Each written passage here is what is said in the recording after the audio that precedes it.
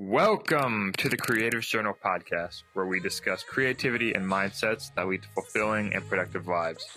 This podcast features many meaningful discussions with others about creative lessons, how they apply to life, how they apply to business, and they all revolve around the underlying excitement and joy that we as creatives feel when we apply creativity to the world around us in our own unique way. I think that feeling is incredible. We share creative lessons in business, athletics, mindfulness, journaling, meditation, whatever the domain, that help us grow not just as designers and creatives, but as people. So get out your mental journal, fire up your internal creative software. Thank you for tuning in, and please enjoy the show.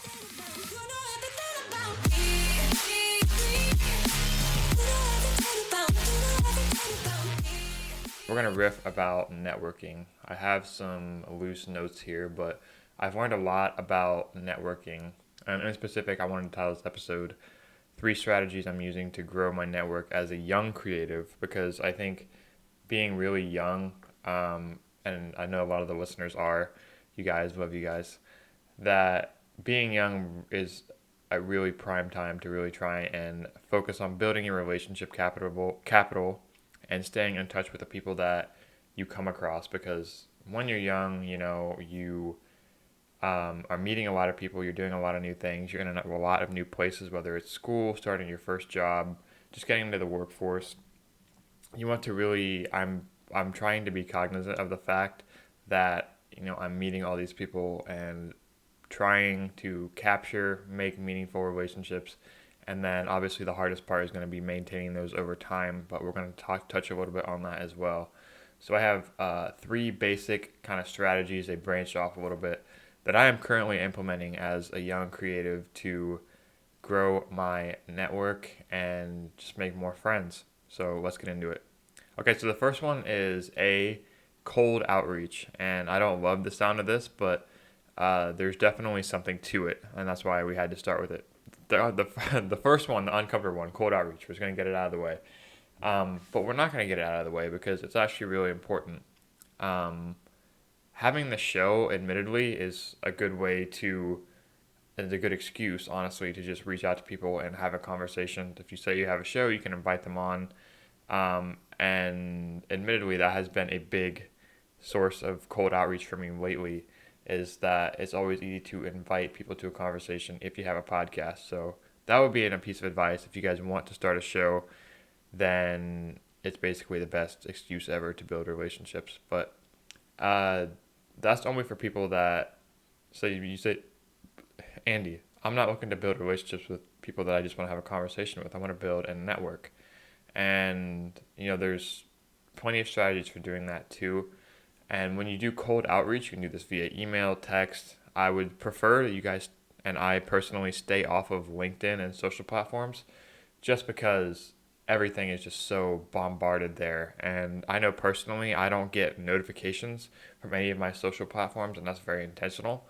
So, and odds are I think a lot of people are this way too. So if you can, a couple tips for this is, if you have someone you want to talk to or you want to ask them a question and just trying to build a relationship, as is usually the case with some kind of a cold outreach, then you can go off platform. A lot of times LinkedIn, if you clicked on contact info, sometimes you will get their email or some kind of a phone number. And if it's not on there, a tip for you guys, you can use a platform called Hunter.io. And this is a bit of I'm not sure about the ethicality of this, but I mean, if you're it's not stalking if you're just reaching out to someone that you genuinely admire and want to connect with. You can go to this platform called Hunter.io, and it's a great platform for basically finding people's emails based on company name and pattern recognition. So say, like for Rudis, my email is amilligan@rudis.com, and it sources information from other people that work there, and it's really easy to find that information based on the pattern of, say, first initial last name followed by company name. So that's a good way to reach out to people. And I would recommend cold outreach. The biggest thing with cold outreach is I wouldn't lead with any type of ask. And when I do this, I never make any kind of ask in the first reach out, even if it's for someone that I want to, maybe design a website for or do some kind of graphic design for. I'm very careful to never make an ask right out of the gate. I had a great conversation with Kelly Sells a few weeks ago. Stay tuned for that episode. I believe it's coming out in 2 weeks, or 3 weeks, sorry. But stay tuned for that episode. One of my favorites. She's such a great person. We'll link her down below, of course. But she is a director of business development at a creative studio in Columbus called Space Junk. And she's been doing this for 10, 15 years. Her job as a business development head lead is to maintain all relationships within an entire successful company. And she does this very well. It's a growing studio, and she's been doing it for a very long time. And she gave me a lot of tips on email and how often you should. She helped me get very tactical on how often you should send email, how you should structure, and a lot of great tips for using Gmail, like folders and scheduling emails to go out at certain times. Such a tactical and value-packed episode, so make sure you guys listen to that when it comes out to really get into the nitty-gritty. But ever since I've started doing that, I have seen a lot of good results. I've only been doing it for a few weeks. But if I would recommend with cold outreach, if something you guys don't like doing, whether it's sending emails or text messages, just set a goal, gamify it a little bit. We'll talk about that more later. But just set a goal to do one a day, and then you cannot expect anything in return. You literally set the goal as doing the thing, making the outreach, typing out the email, and pressing send. You've accomplished the goal, and don't attach any type of detail, any type of emotion to whether or not you get a response or what they say in their response. Since I've really taken, this outreach and this networking thing, it started with the show, and it's been only a few months in the working that I've seen such a high ROI. You will be amazed at what people will do for you if you just compliment them and leave them some genuine praise and be genuine and are open about the fact that you admire them. And if you are genuine, I promise you that's going to come across. So when it comes to email in particular, I have kind of a 3-part framework I do when I'm kind of structuring this, and it's not by any means any sort of rigid structure.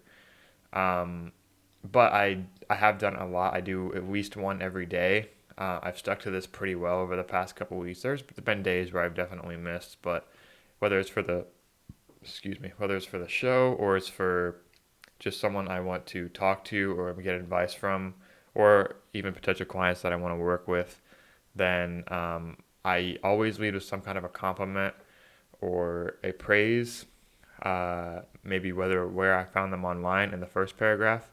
And then that will be the first one, the first kind of lead. You always lead with praise, because don't think of it as buttering them up, but just think of it as, trying of softening their guard a little bit. Because I know when I get random emails, which I don't really that often, mostly just like spam from mailing lists and from free trials and stuff like that.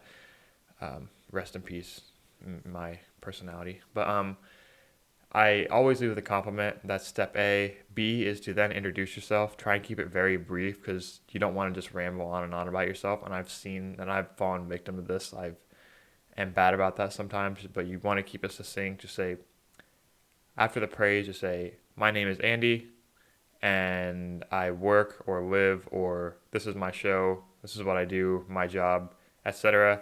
Basically kind of the reason why you are introducing yourself, and hopefully generate some kind of rapport based on, say, if they recognize you went to the same school, point that out. And step C is to prompt a response. I was going to call it a call to action, but that sounds way too marketing to me. And this is, like I said, you never want to make an ask in the first email. So when you prompt a response, it's always leaving it to a point where you're either asking a question, maybe it's about a piece of content they posted, something that shows that you've engaged with them in the past and that you really value them and you actually want to start a conversation, or something that could get them thinking and make them want to respond. And this is tough without it can be actually asking a question, but you want to make sure it's genuine, like I said, and that there's some insight to it, and you're not just reaching out and wasting their time. Because I know, especially since starting the job, working full time, I value my time so much. And when people come onto the show or people make the time to do a call with me, I'm always very open and praising that I value their time. And something I always say is when people with guests on the show is I hope you feel like your time was valued today. And people really like hearing that. So especially if it's like for me as someone they've never talked to before, that's a really nice thing to hear. So section two, moving on from cold outreach, section two is warm outreach. And this one is a lot more comfortable. Um, for this, I have a couple tactical tips and a couple things, a couple habits that I've implemented and I'm doing every day to really try and build my warm outreach capital, if you will. So if you guys don't know what warm outreach is, it's basically you're sending a message to someone you already know, someone that you've engaged with. Doesn't have to be recently, but basically you have their number, they know who you know who they are, and you're just kind of rekindling. And what's very important with warm outreach is I am not bringing up business ever, because you all know it, I know it. The moment someone reaches out to you that you haven't talked to in a while, your guard goes up. Whether it's because they want something, they need something, and you want to, as Pat Flynn says, think of it as with all these principles, it's digging the well before you're thirsty. So that, in 6 months to a year, when you're on LinkedIn, you are between jobs, you are in the area, you need a ride, your car broke down, that's a little bit dramatic, but whenever you have a need and you've put in the effort to service others before yourself for repeatedly, just give, then you're in a much better position to A, make more relationships, and B, keep them over time. So if you're reaching out to someone, say it's someone from college, say it's one of your old classmates, somewhere where you used to work, and if it's, I would set the line at probably like 6 months or more since you talked to them. Be very careful to not ask for anything right away. And yeah, that's a hard line. Like, just don't do it. That's my principle right now. Just don't do it. So don't sell to anyone that you've known for a long time in the first interaction.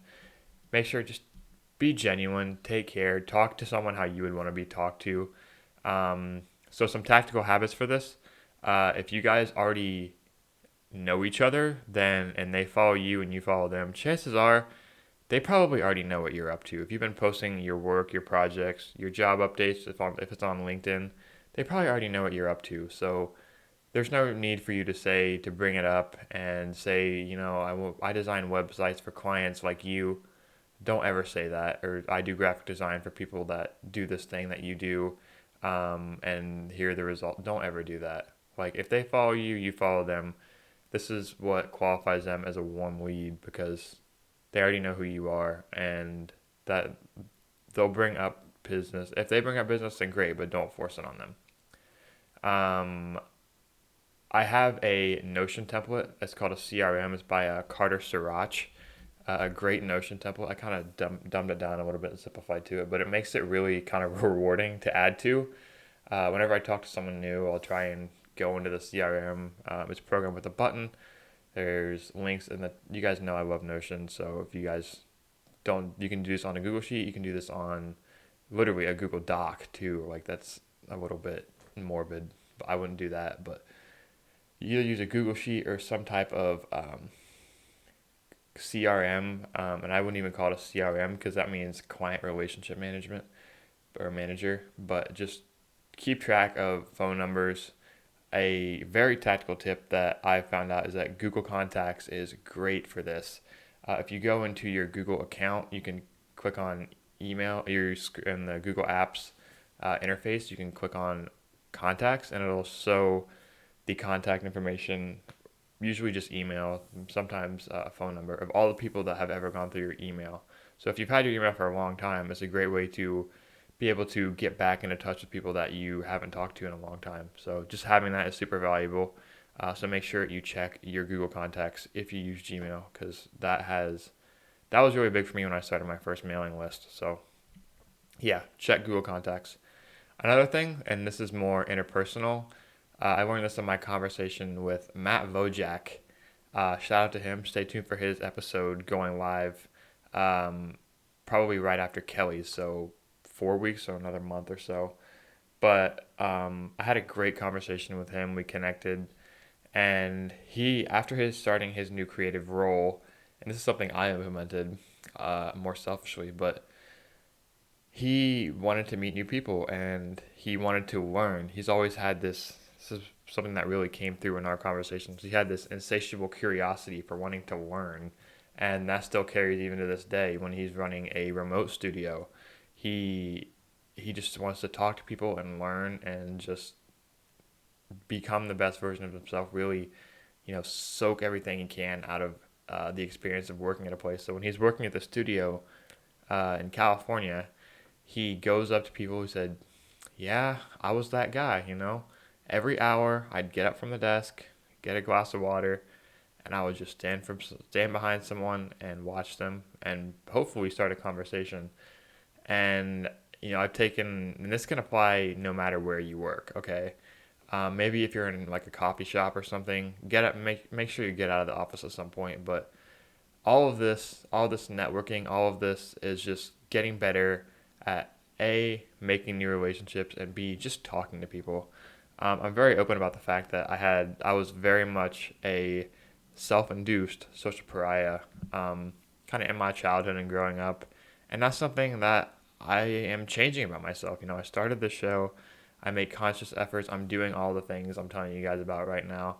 And if you have it in your head, you have a fixed mindset that you're not a social person, that you're not successful, you're not a business person, then all you have to do is, like, I had that same problem for the longest time. And until you start taking these actions over every day to get out of your shell, because it's so easy to just sit down at work and not do anything else, just focus on grinding and working on yourself, especially when you're doing freelance, unless you're talking to your clients, which all of this stuff will help you get better at talking to clients, because it's literally about growing your network. But until you break the loop of, oh, I'm an introvert, I don't like starting conversations on a whim, ooh, it's so icky and awkward and uncomfortable. Until you break that loop by trying some of these things and doing them repeatedly, you're going to change the narrative. You're not going to change the narrative, excuse me, because you're just going to stay isolated and you're going to get in your head too much. So anyway, back to Matt. He said he would go up every hour and just talk to someone. And I thought, how can I do that? So I started a journal in my notes, and this is a section leads really well into the next section, which is called trapping yourself. And that sounds really morbid, but hang with me here. But it's about setting positive constraints and gamifying stuff that can be awkward and uncomfortable. So networking and building relationships in itself is awkward, because you can't go into it with the mindset that you're trying to build a relationship out of thin air. It's the same with dating, making friends, any kind of interaction. There's a shared kind of dialogue between the two, like, oh, person is trying to force a conversation, and that's how awkwardness ensues. So a good way, and this really helped me when I was really trying to break out of my comfort zone and talk to other people, was setting positive constraints and gamifying it.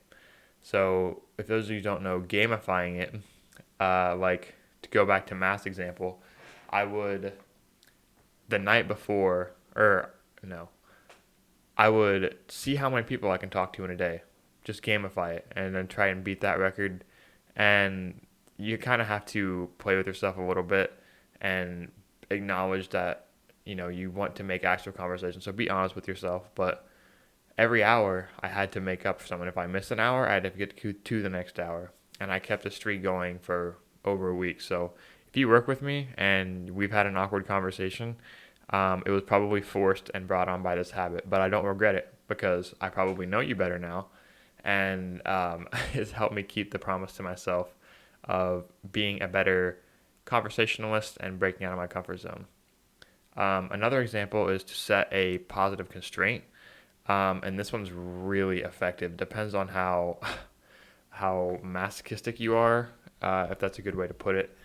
But an example of this is, say, texting someone you work with the night before and bringing up an idea and saying, we'll talk about this tomorrow.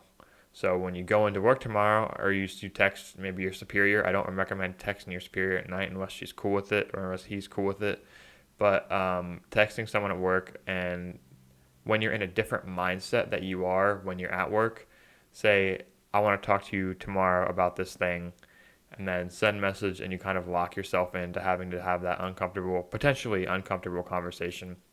So that's something I have done a few times. Very effective, but not always not always the most enjoyable. So really, reserve that for the big, hairy, audacious conversations that you don't want to have. But it is always in the bag if you want to do it. So yeah, those are, if you struggle with doing this, those are two great tips: gamifying it and setting constraints that can really get you out there and get this habit started for you guys and grow your social network. Because like I said, especially if you're young, right now you're just trying to plant as many seeds as possible. James Clear has this thing where he says every interaction, every piece of content that you make is, you can say, buying a lottery ticket, and eventually, it's out of your control, but one of those lottery tickets is going to come back to benefit you. So focus on creating as much output as you can, in terms of relationships, and the longer you invest in these and build these.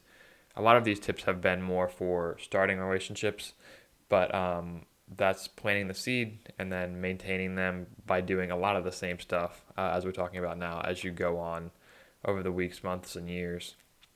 And that is my plan. And the last tip I have for you guys is to share. Just share. Be more active on social media. This is tough, especially for me, and I know it's tough for a lot of people because there's that balance of, especially social media, man. It's tough. I know it. Believe me, we all go through it. I go through it. Social media can be a distraction. It can be very bad for mental health. It can be very bad for a lot of things. And I'm continually, as a business owner and a freelancer and a creative, as a whole, iterating and trying to find the balance between consumption, interaction, and sharing. So you hear a lot of gurus and people that say, you want to share more than you consume, create more, consume less. And that's great, but these platforms, they are designed to get you to spend as much time on there as possible.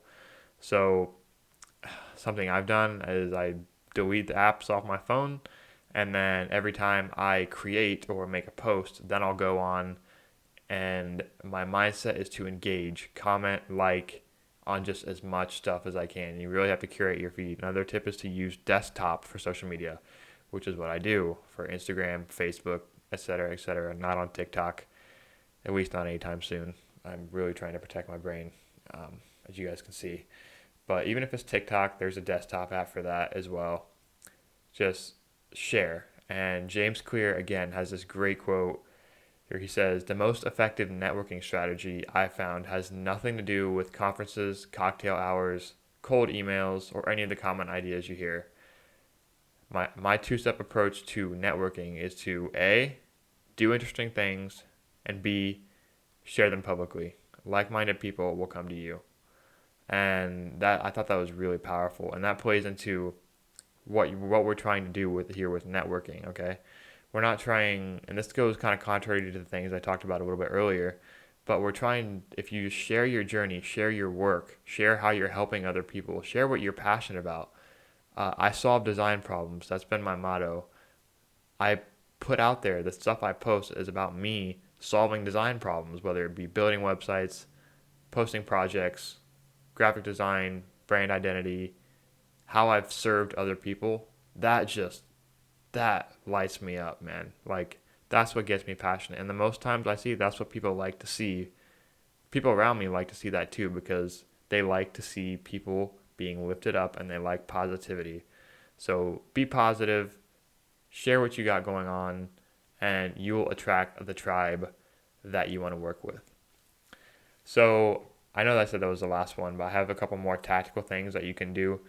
You can, of course, join online and engage groups, which again kind of sets those positive constraints, kind of forces you to interact. If you're at a physical event, you might as well talk to people. So personally, I've joined 2 online groups, one a Facebook group. There's plenty of groups on Alignable, which is a networking platform, Facebook.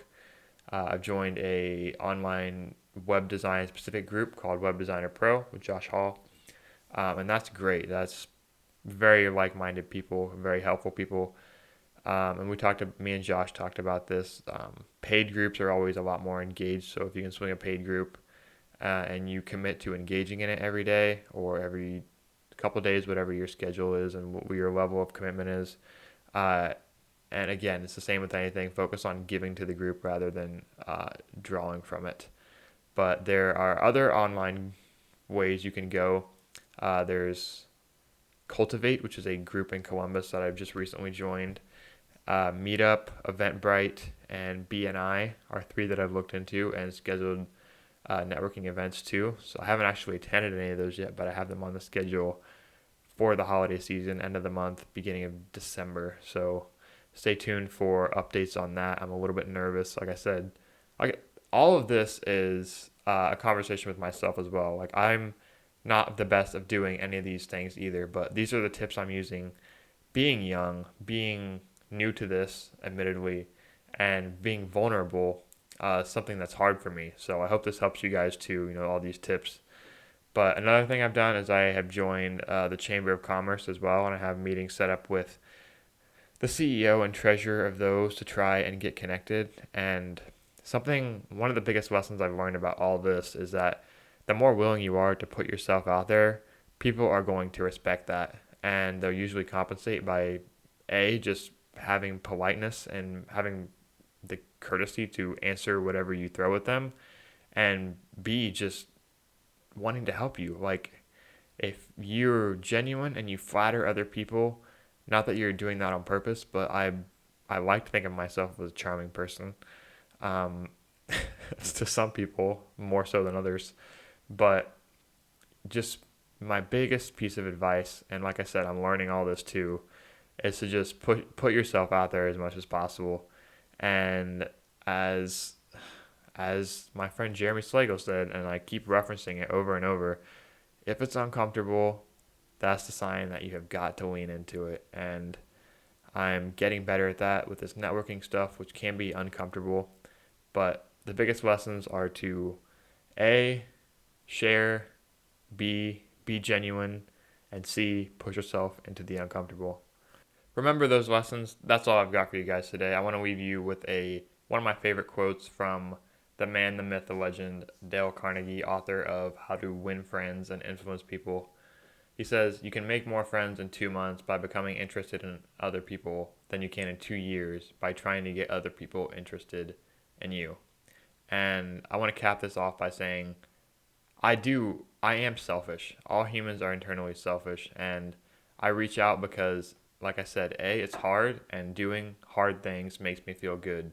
And B, talking to others and making other people smile and adding value to other people's lives gets me out of my own head, and it makes me happy. So have that mindset and just put yourself out of your comfort zone and just engage with other people. I promise you, you will not regret it. This is entry 14 of the Creative Journal podcast. I hope this helped you guys. Let me know if you're planning on implementing any of these networking strategies, and let me know which one works best for you. Shoot me an email at asmilligan5@gmail.com. I do respond to all emails, and I love to see how some of this is impacting the community. The episode with Josh last week got a great response. A lot of you guys loved that, which I was glad to see. It really warmed my heart and soul. So as a thank you, please, like the show, leave a 5-star review on Spotify or Apple. That would go a really long way for me. And just share with one friend, because you're trying to build your network, and sharing podcasts is a great way to do that. See what I did there? Anyway, thank you so much for listening to the Creative Journal. This is entry 14. Till next week, adios.